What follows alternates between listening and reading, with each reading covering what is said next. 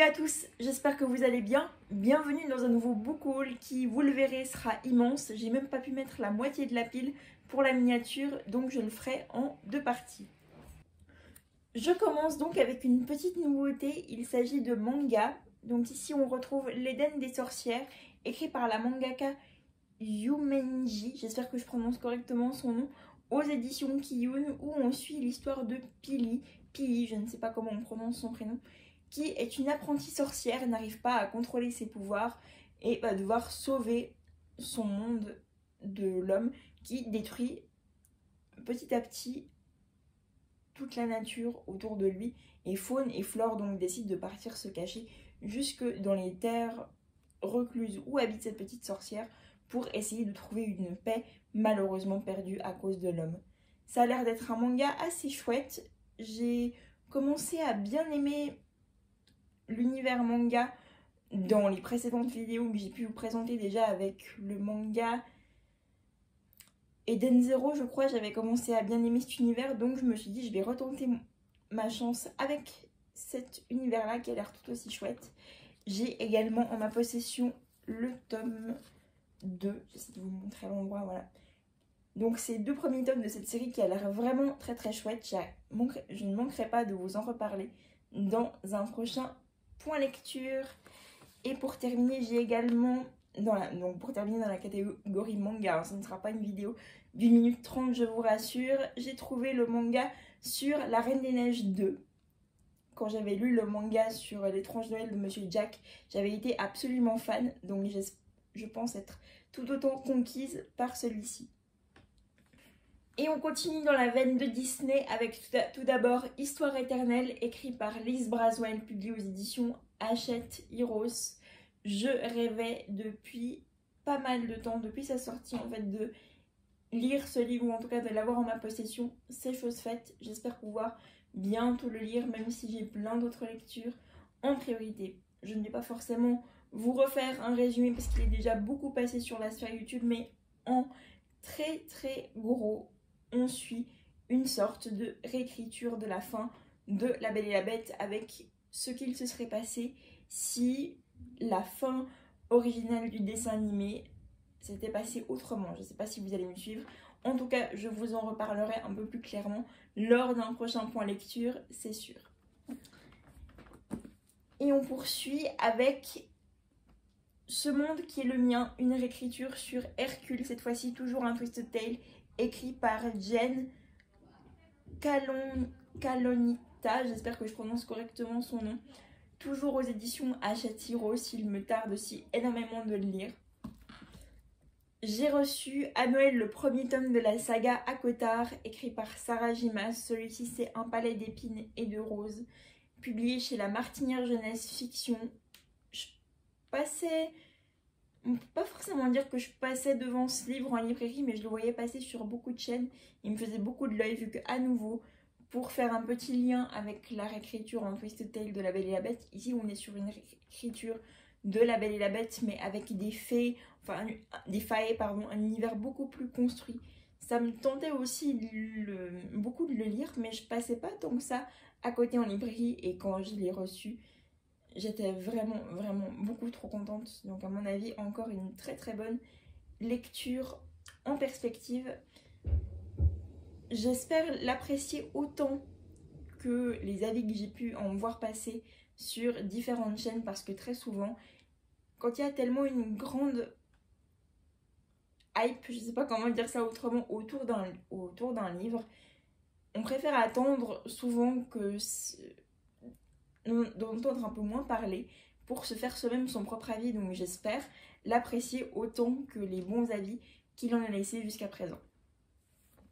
On continue toujours dans l'univers des contes, cette fois-ci avec Vilaine, écrit par Jennifer Donnelly et publié aux éditions Michel Lafon-Poche, où on suit l'histoire d'Isabelle, qui n'est autre que la demi-sœur de Cendrillon, qui va nous raconter sa propre version de l'histoire.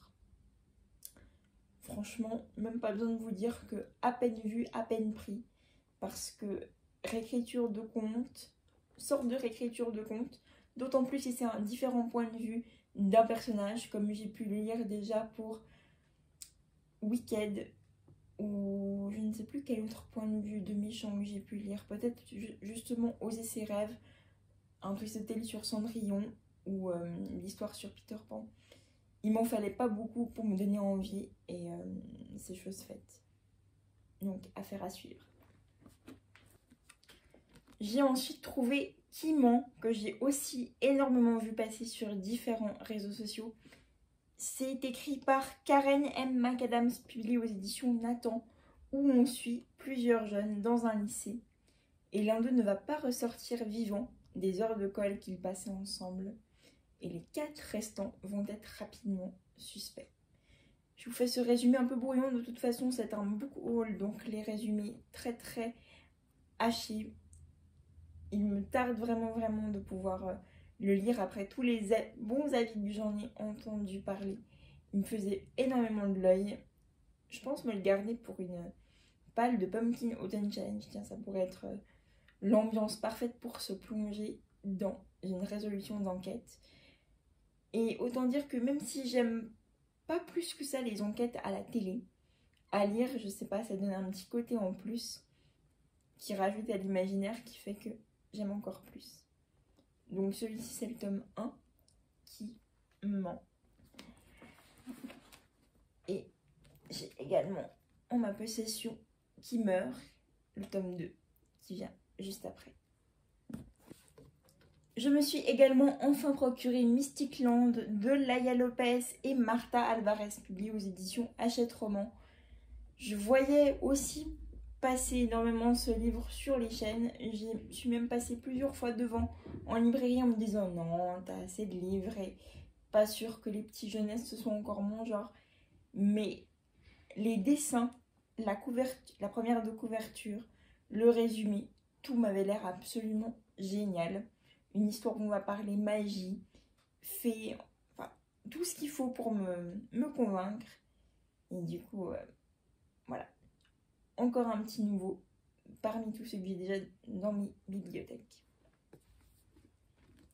Avant-dernier livre de cette vidéo, il s'agit de Signé Margot Metz, toujours publié aux éditions La Martinière Jeunesse Fiction, écrit par Carrie McCursen et Yann McQuartie. Que des Mac, quoi. Où on suit Margot, qui est une jeune fille qui a un petit business assez particulier, apparemment de devoir nettoyer internet de tous les tweets, photos gênants de son entourage à l'école. Et ce petit business, pour un prix raisonnable, fonctionne apparemment aussi bien pour des élèves qu'avec même ses enseignants.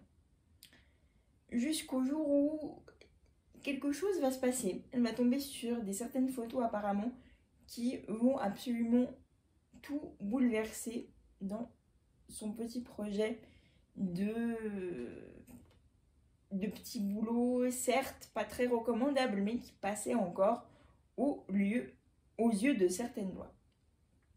Je m'arrête là pour le résumé qui sera de façon peut-être un peu plus conséquent, je l'espère, quand je l'aurai lu avec un peu plus de meilleures informations. Cette couverture déjà m'a directement tapé dans l'œil, mais en plus le résumé, j'avais jamais lu j'étais jamais tombée sur une histoire comme ça, donc je me réjouis vraiment énormément de savoir de quoi il va en découler. Ça a l'air d'être une mi-romance, mi-action, mi-cozy mystery. Je ne saurais pas tellement dans quelle catégorie le mettre, mais en tout cas une lecture hyper chouette et prenante.